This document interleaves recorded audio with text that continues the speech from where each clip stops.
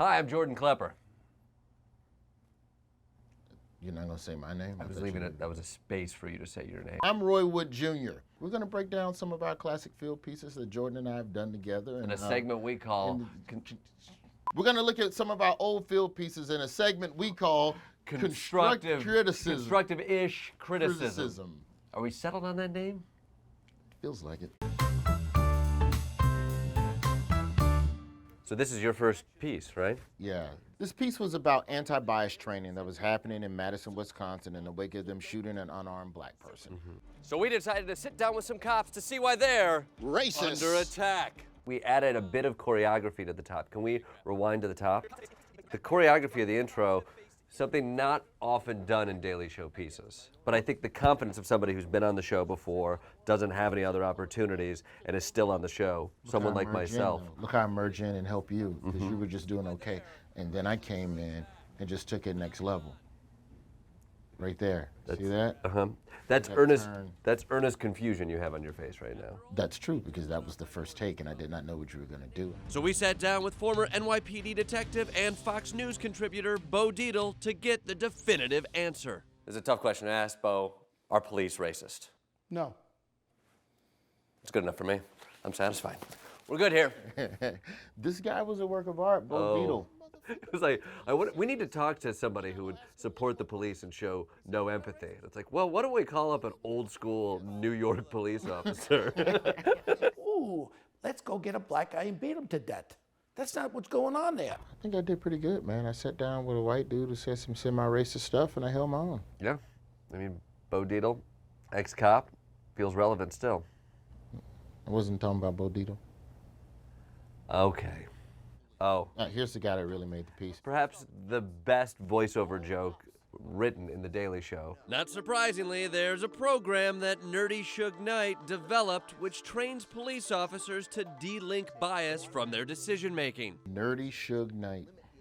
Fucking nailed it. I remember, earnestly, this was your first piece, and you chose to have a tie that wasn't all the way up, and I wondered if that was a stylistic choice. I didn't quite know if you were crafting a character. I think I've realized you don't put that much effort into your work, so it must have just been something you stumbled upon. That felt like a criticism, and it wasn't very constructive. Constructive-ish. This was not ish. Now, this is the video. These are the sample videos that you watch when you're trying to make a decision. Real life situations that test your ability to not act on assumptions of race. Is that even a real bulletproof vest? It does look like a panty liner for your chest. Empire joke coming up. 3, 2, 1. Hey, what are you doing? What? Bias ass, that's Empire. There was like a 20-minute conversation of, okay, which black show could he point a gun at and not get canceled? I do believe Oprah was one of the options. I think I shot down shooting down Oprah. Correct. I still stand by that was a smart call. So those are all actual officers of Madison PD, and the drill was for us to show up and decide what was happening with the information we had at hand. No matter what, you just would say the wrong thing. Is everything okay in here?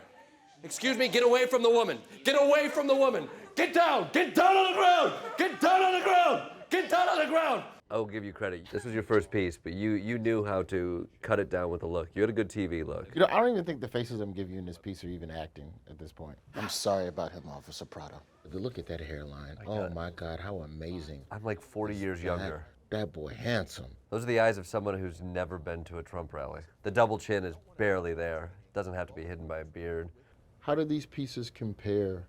You've had probably the most interesting evolution from correspondent to special contributor. Yeah, I mean, it's interesting to look at it like that. Here's me doing a piece with another person. Fast forward to me doing a piece without another person and an Emmy nomination. And you try to connect those. And I don't know what it was. Why do you have to say Emmy nomination? I'm just saying, you know, they've tried this where two people do a piece. And what's fun about it is I have so much success when I just do a piece. Bad boys, what you gonna do? What you gonna do when we come for you?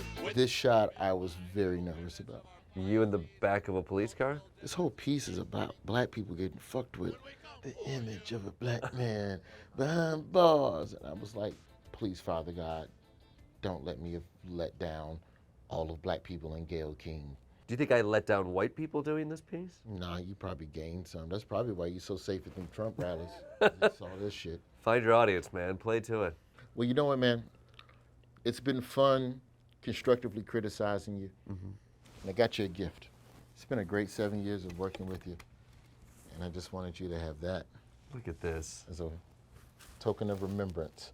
This is our first shoot, a highly pixelated, low-res photo of our first time together. That's for you. Thank you. That's for you. I got a gift for you. Okay. This is a picture from our first ever field shoot. Oh my God. Yeah, this is a picture of Wow. you, and next to him is the best ever do it. Wow. Thanks, man. You could have at least taken a price tag off the back. Yeah, you're not wrong.